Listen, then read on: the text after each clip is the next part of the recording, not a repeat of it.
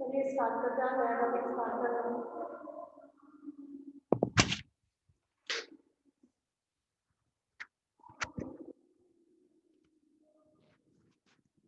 Good morning. आज नया topic start करना है। कल जो पढ़ा था वो आपने रूपांतर समीकरण पढ़ी थी, एक फ्रेम से दूसरे फ्रेम में, और दोनों फ्रेम को हम स्टेशनरी लेके चले थे। ट्रांसफॉर्मेशन इक्वेशन निकाली थी हमने एस फ्रेम से एस डैश फ्रेम में, और दोनों को स्टेशनरी लेके चले थे। आज आपको मूविंग फ्रेम लेने हैं। कल जो आर्टिकल कर रहे थे, कल तक हमने जो पढ़ा वो दो स्टेशनरी फ्रेम से ट्रांसफॉर्मेशन इक्वेशन निकाली, एस को एस डैश में, एस डैश को एस में। आज आपको स्टेशनरी फ्रेम नहीं लेने हैं, आज फ्रेम आपका मूविंग में होगा। एक फ्रेम स्टेशनरी होगा और एक फ्रेम आपका मूव कर रहा होगा। एक फ्रेम के रेस्पेक्ट में दूसरा फ्रेम मूविंग मोशन में होगा। तब आपको किसी पॉइंट पर ट्रांसफॉर्मेशन इक्वेशन फाइंड आउट करके लानी है। टॉपिक का नाम डालिए,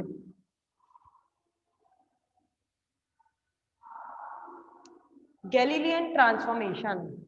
ये इंपॉर्टेंट टॉपिक है, Galilean transformation.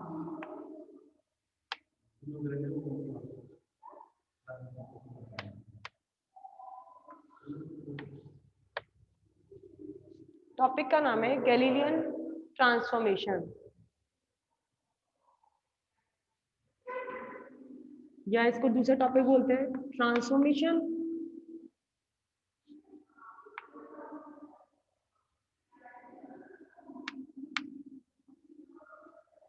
Of frames in relative motion.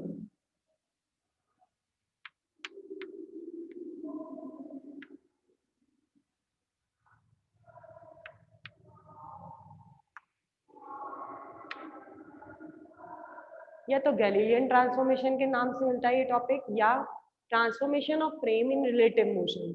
आपको फ्रेम को, जो दो फ्रेम है वो रिलेटिव मोशन में है। रिलेटिव मोशन मतलब होता है एक फ्रेम के रेस्पेक्ट में दूसरा फ्रेम मोशन में होना, वो कहलाती है रिलेटिव मोशन। एक फ्रेम स्टेशनरी और दूसरा फ्रेम उसके रेस्पेक्ट में मोशन में है। जैसे बस चल रही है, बस के बाहर एक पैसेंजर खड़ा हुआ है, बस के बाहर बोला है मैंने, तो पैसेंजर के रेस्पेक्ट में बस कौन सी कंडीशन में है, मूविंग मोशन में है।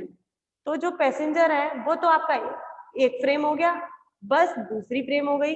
तो जो पैसेंजर है वो तो स्टेशनरी फ्रेम है और जो बस है वो मूविंग फ्रेम है। तो पैसेंजर वाले फ्रेम के रिस्पेक्ट में बस जो है वो मूविंग मोशन में है। तो आपको ऐसे ही दो फ्रेम लेने हैं जिसमें एक फ्रेम तो स्टेशनरी हो, जैसे वो पैसेंजर जो बाहर खड़ा है बस के, दूसरा बस जो मूविंग में है वो आपका मूविंग फ्रेम है, और एक आपका स्टेशनरी फ्रेम है।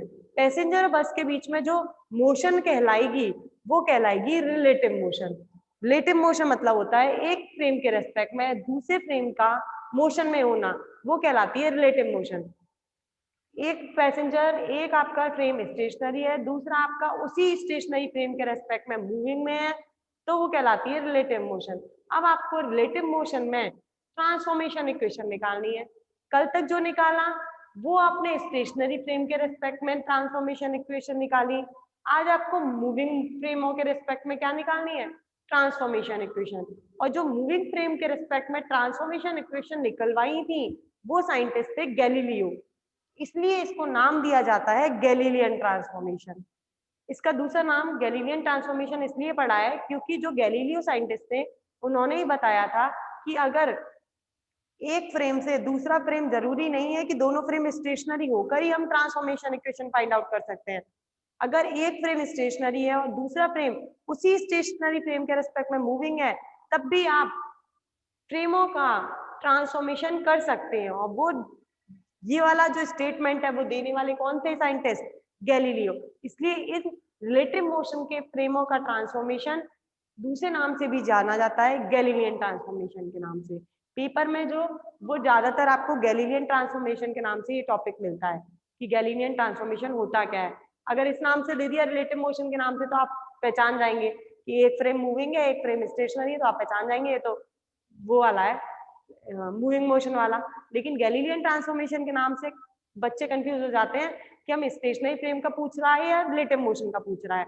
लेकिन जो गैलीलियन थे उन्होंने रिलेटिव मोशन का बताया था, उन्होंने स्टेशनरी के फ्रेम के बारे में डिस्क्राइब नहीं किया था। उन्होंने केवल डिस्क्राइब किया वो रिलेटिव मोशन किया, एक स्टेशनरी रख के एक को मूव कराया। तो अगर जो मूव कर रहा है ये स्टेशनरी है ये मूविंग है, तो इस स्टेशनरी के रेस्पेक्ट में ये मूविंग वाले की ट्रांसफॉर्मेशन इक्वेशन इन्होंने फाइंड आउट करी थी। अब हम आर्टिकल स्टार्ट कर रही हूँ। एक फ्रेम को स्टेशनरी लूंगी, दूसरा फ्रेम मूव करेगा, तब आपको एक फ्रेम से दूसरे फ्रेम में ट्रांसफॉर्मेशन इक्वेशन फाइंड आउट करनी है। आइए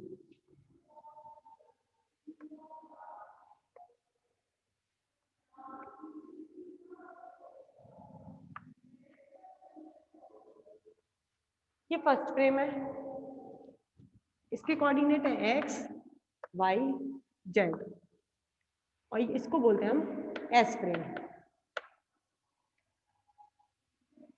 एक दूसरा फ्रेम है एस डैश फ्रेम। जो एस डैश फ्रेम है वो इसके ऊपर ओवरलैप नहीं है, इस वक्त S dash frame rotating frame है।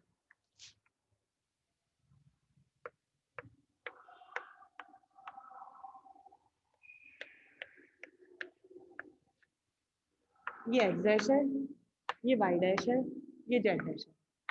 और ये वाला जो फ्रेम है ऐसे बोलेंगे हम एस डैश फ्रेम। ये रोटेटिंग फ्रेम है, ये एस फ्रेम है, ये एस डैश फ्रेम है। दोनों के ओरिजिन आपके फिर दोबारा से ओवरलैप है, ओ और ओ डैश।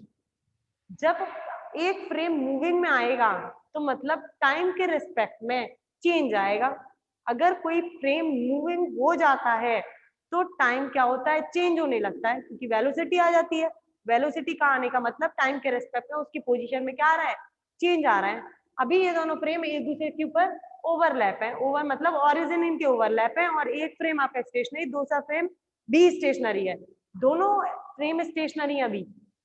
अगर दोनों फ्रेम स्टेशनरी हैं तो इन दोनों के टाइम टी और टी डैश, टी टाइम तो है आपका एस फ्रेम का, टी डैश टाइम है आपका एस डैश फ्रेम का। दोनों क्या है इस वक्त? जीरो। जीरो इसलिए है क्योंकि अभी ये मूव नहीं कर रहे हैं, तो मूव नहीं कर रहे हैं तो दोनों का टाइम क्या है? जीरो। और दोनों के जो ओरिजिन है वो ओवरलैप है। हमने एक फ्रेम को तो दोनों फ्रेमों को पहली कंडीशन में क्या रख रखा है? स्टेशनरी रख रखा है।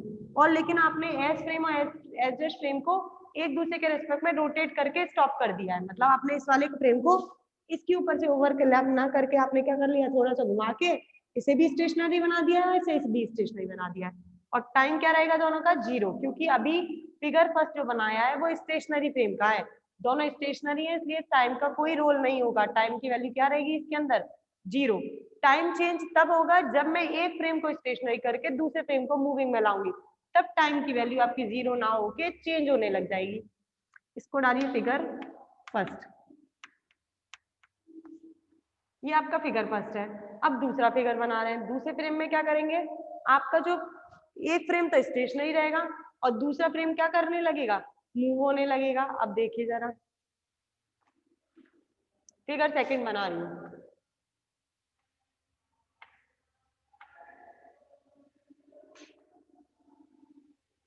एक्स वाई जेड, ये ओरिजिन है इसका। ये फ्रेम आपका एस फ्रेम है। दूसरी कंडीशन क्या है? मैंने कौन सा फ्रेम आपका स्टेशनरी माना है और कौन सा मूविंग माना है?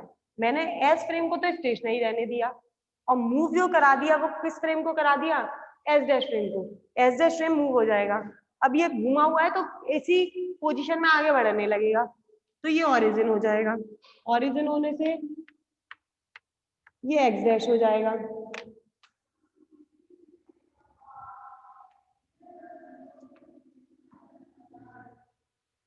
ये ओरिजिन है जिसको नाम दिया आपने ओ डैश, ये एक्स डैश हो गया, ये वाई डैश हो गया, ये जेड डैश हो गया, और ये इन फ्रेम का ओरिजिन है। क्या किया है, पहले तो दोनों स्टेशनरी फ्रेम है, फिर इसको तो स्टेशनरी रखा और एस डैश फ्रेम को क्या कर दिया है, मूव करा दिया है। एस डैश फ्रेम आगे बढ़ गया, यहां से पोजीशन कहाँ पहुंच गई एस डैश की, यहाँ पहुंच गई। अगर यहाँ पहुंच गई तो ओ से ओ डैश के बीच में कुछ ना कुछ डिस्टेंस आई, ओ से ओ डैश तक कितनी डिस्टेंस आई है इनकी, वो डिस्टेंस निकालते हैं कितना मूव कर गया है। डिस्टेंस वेलोसिटी का फॉर्मूला होता है। अब इसमें वेलोसिटी है, v वेलोसिटी से ये मूव कर रहा है, ये किस वेलोसिटी से आगे मूव कर रहा है, v वेलोसिटी से। अगर v वेलोसिटी से आगे मूव कर रहा है तो इसके टाइम में भी चेंज आ रहा है। टाइम कितना हो गया इसका, t। अब हमें पता है वेलोसिटी का फॉर्मूला होता है डिस्टेंस अपॉन टाइम। अब मुझे डिस्टेंस फाइंड आउट करके लानी है कि यहाँ से यहाँ तक पहुंचने में वो कितनी डिस्टेंस ट्रेवल कर लेता है। डिस्टेंस क्या होगी, वेलोसिटी इनटू टाइम। तो यहाँ से यहाँ तक की जो डिस्टेंस आई है वो कितनी आई है, vt। क्लियर, डिस्टेंस जो निकली है ओ से ओ डैश तक पहुंचने में कितनी डिस्टेंस ट्रेवल करी है उसने, वेलोसिटी इनटू टाइम के बराबर। vt डिस्टेंस ट्रेवल करके वो वहां पहुंच गया है। अब देखो, अब क्या करना है आपको, ट्रांसफॉर्मेशन इक्वेशन निकालनी है एस थी एस डैश के अंदर। ट्रांसफॉर्मेशन इक्वेशन निकालने के लिए हमें किसी पार्टिकल को लेना पड़ेगा जिसकी पोजीशन फाइंड आउट करके लाएंगे। ये ऐसे ही एस डैश बहुत दूर कहीं पर एक पार्टिकल ले लिया, वो पार्टिकल मैंने यहाँ ले लिया, ये रहा पार्टिकल पी। ये कोई पार्टिकल ले लिया जो बहुत दूर रखा हुआ है। अब इसकी पोजीशन फाइंड आउट करेंगे हम एस फ्रेम से भी और एस डैश फ्रेम से भी। सबसे पहले मैं एस डैश फ्रेम से फाइंड आउट करती हूँ। अगर इससे फाइंड आउट करना है तो ओ डैश पी पे पहुंचना पड़ेगा, और ये जो ओ डैश से पी तक की डिस्टेंस होगी वो कितनी होगी, आर वेक्टर डैश। ये तो पढ़ी चुके, पोजीशन वेक्टर आर वेक्टर से डिनोट करते हैं, और इसकी पोजीशन कितनी आएगी, आर वेक्टर डैश। अब इस फ्रेम से पी पर पहुंची, इस फ्रेम से पी पर पहुंचेंगे तो कहां से कहां तक जाना पड़ेगा, ओ से स्टार्ट होके पी पर पहुंचना पड़ेगा। पहुंचे ओ से पी पर, ये पहुंच गए ओ से पी पर, और जो एस फ्रेम से पी पॉइंट की डिस्टेंस होगी वो कितनी होगी, आर वेक्टर। तो ये पोजीशन कितनी आई आपकी, आर वेक्टर। Clear diagram. देखो दोबारा सुनो, ये फ्रेम स्टेशनरी फ्रेम था, ये फ्रेम मूविंग फ्रेम था। अब मुझे स्टेशनरी फ्रेम से मूविंग फ्रेम कितनी दूरी पर पहुंच गया है वो निकाल के लाना है। तो मुझे पता है वेलोसिटी का डिस्टेंस अपॉन टाइम होता है, तो डिस्टेंस हो गई वेलोसिटी इनटू टाइम। तो ओ से ओ डैश तक पहुंचने में उसने जो डिस्टेंस ट्रेवल करी है वो कितनी करी है, वीटी। तो मैंने लिख ली वीटी, ओ से ओ डैश तक डिस्टेंस हो गई वीटी। अब मैंने कोई पार्टिकल लिया जिसकी पोजीशन फाइंड आउट करके लानी है दोनों फ्रेम के रेस्पेक्ट में, एस फ्रेम के भी और एस डैश फ्रेम के भी। पहले एस डैश फ्रेम की पोजीशन निकालते हैं। अगर इसकी पोजीशन निकालना है तो आपको ओ डैश से पी पर जाना पड़ेगा। ओ डैश से पी पर जाते हैं तो आपको पता है ओ डैश से पी पर जाने पर जो इसके कोऑर्डिनेट्स होते हैं वो तो हो जाते हैं एस डैश फ्रेम के लिए एक्स डैश, वाई डैश और जेड डैश, और इसकी डिस्टेंस जो पोजीशन वेक्टर आता है वो आता है आर वेक्टर डैश। अब ओ से पी पर जाना पड़ेगा, एस से एस फ्रेम से पी पार्टिकल पर पहुंचना पड़ेगा, तो पोजीशन वेक्टर आएगा इसका आर वेक्टर, और इस फ्रेम के रिस्पेक्ट में इसके कोऑर्डिनेट हो जाएंगे एक्स वाई जेड। अब आपको ट्रांसफॉर्मेशन इक्वेशन निकालनी है एस फ्रेम की एस डैश फ्रेम में। कल जैसा ही है, बस फर्क इतना है कल दोनों स्टेशनरी फ्रेम थे, आज एक फ्रेम स्टेशनरी और एक फ्रेम मूविंग है, इसलिए इसमें वेलोसिटी और टाइम इंक्लूड हो गया है।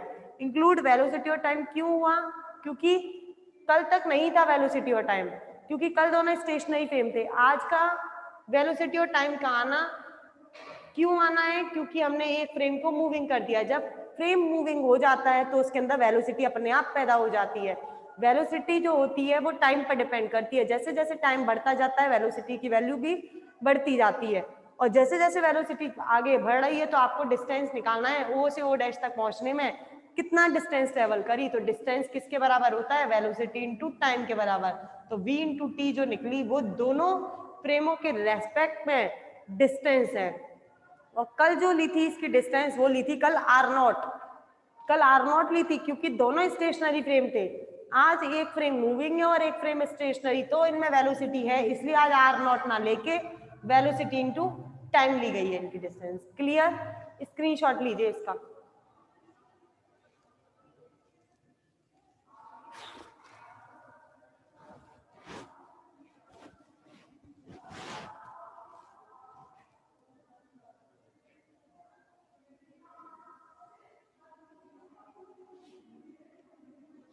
इसको रफ कर रही हूं।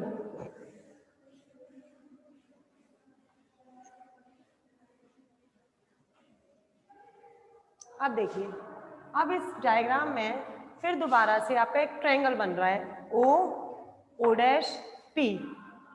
अब दोबारा इसमें वेक्टर एडिशन लगाते हैं ट्रायंगल लॉ का। आ जाओ, इन triangle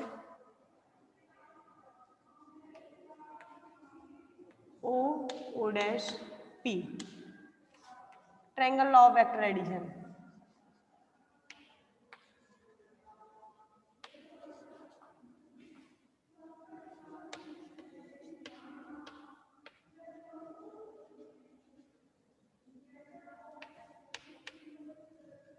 triangle law of vector addition लगाते हैं। आइए, क्या होता है, ओ से ओ डैश पे गए पहले हम, यही तो गया ओ से ओ डैश पे, फिर ओ डैश से हम पी पे पहुंचे और फिर ओ से पी पर आए, तो लगाइए वेक्टर एडिशन। ओ से ओ डैश पर, ये साइक्लिक ऑर्डर है, ओ से ओ डैश पर, फिर ओ डैश से पी पर, ये भी साइक्लिक ऑर्डर है, ओ डैश पी। लेकिन फिर ओ से पी पे गए, साइक्लिक ऑर्डर जब चलता है तो ओ से ओ डैश से पी और पी से ऊपर आते, लेकिन पी से ऊपर नहीं आए, ओ से पी पे गए, तो उल्टा है, तो यहाँ पर लग जाएगा नेगेटिव साइड, ओ से पी पर इक्वल टू 0। तीनों वेक्टर क्वांटिटीज हैं। ओपी को इधर ले जाते हैं, OP equal to O dash plus O dash P. OP की वैल्यू कितनी है, आर वेक्टर, ओ डैश की वैल्यू कितनी है, वीटी, और ओ डैश पी की वैल्यू कितनी है, आर डैश। पहले ओ डैश पी की रख दी प्लस वीटी। वेलोसिटी भी आपका कैसी है, वेक्टर क्वांटिटी है, तो R equal to R dash plus VT. R dash की अगर एस डैश को एस फ्रेम में कन्वर्ट करना है तो कितना आ जाएगा, आर माइनस वीटी। ये आपका ट्रांसफॉर्मेशन निकला है। अब आर डैश को आप खोल सकते हो X I dash Y, X dash I cap dash Y dash J cap dash K और Z dash K cap dash. इसको खोल सकते हो X I cap Y J cap Z K cap, ये एज इट इज रहेगा। अगर X dash की value निकालनी है तो आई कैप डैश से डॉट, जो कल टेक्निक करी है वही टेक्निक है सारी, इसलिए आपको इतना सब कुछ नहीं करना है क्योंकि आप स्टेशनरी फ्रेम में सब कुछ करके दिखा चुके हैं। आपको यहीं तक आर्टिकल छोड़ना है। ये तो एस डैश हो गया और ये एस हो गया, तो ये जो कन्वर्ट ट्रांसफॉर्मेशन है एस डैश फ्रेम को किसमें ट्रांसफॉर्म करा है हमने, एस फ्रेम के अंदर। ये ट्रांसफॉर्मेशन इक्वेशन है पोजीशन वेक्टर की एस डैश फ्रेम से एस फ्रेम के अंदर। स्क्रीनशॉट लीजिए पहले इसका।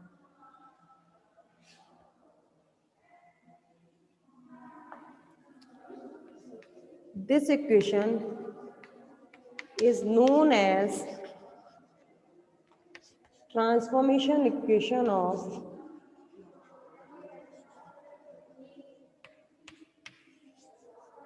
position vector।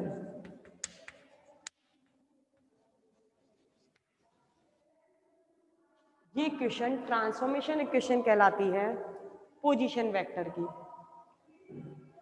एक बात और सुन लीजिए दोबारा, इस फ्रेम के अंदर एस फ्रेम स्टेशनरी फ्रेम है, S dash frame moving frame है, और पार्टिकल इस कंडीशन में क्या है, स्टेशनरी। पार्टिकल मूव नहीं कर रहा है, ये पार्टिकल मूव नहीं कर रहा है, पार्टिकल अपनी जगह स्टेशनरी है, मूव केवल एक फ्रेम है।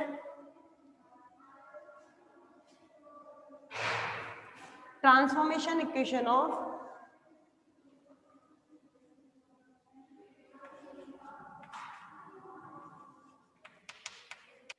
Position vector. स्क्रीन ऊपर करो मेरी, ये हटाइए, इसको साइड कर लीजिए। हाँ, पोजीशन वेक्टर दोबारा सुनो। इस वाले डायग्राम में ये फ्रेम तो एस फ्रेम तो स्टेशनरी फ्रेम है, एस डैश मूविंग फ्रेम है और पार्टिकल पी स्टेशनरी पोजीशन में। पार्टिकल पी मूव नहीं कर रहा है, पार्टिकल पी स्टेशनरी पोजीशन में ये मूव नहीं कर रहा है, ये मूविंग मोशन में है, ये स्टेशनरी मोशन में है। ये तीन कंडीशन मैंने ली हैं जब आपका पोजीशन वेक्टर का ट्रांसफॉर्मेशन ये निकलना है। अब एक कंडीशन अप्लाई कर रही हूं मैं इसके अंदर, आइए स्क्रीनशॉट ले लिया।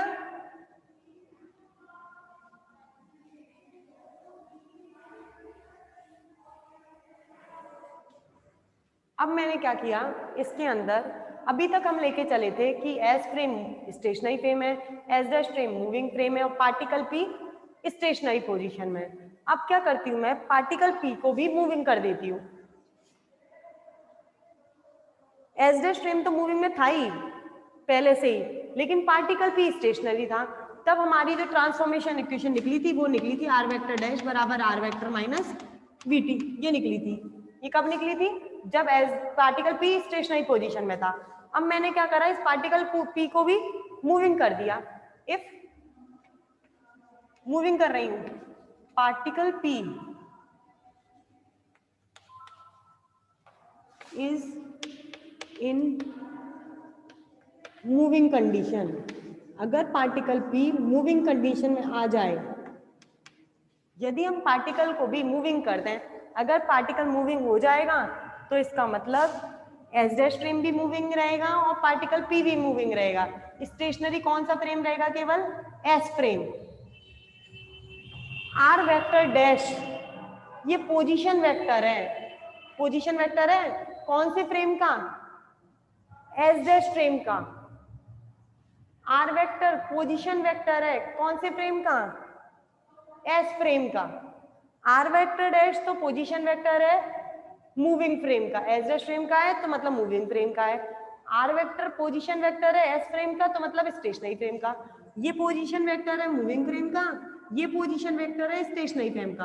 अब मैंने ले लिया पार्टिकल पी अगर मूविंग मोशन में आ जाए तो आपको क्या करना पड़ेगा, टाइम के रिस्पेक्ट में पोजीशन चेंज होने लग जाएगी अगर वो मूविंग आ गया।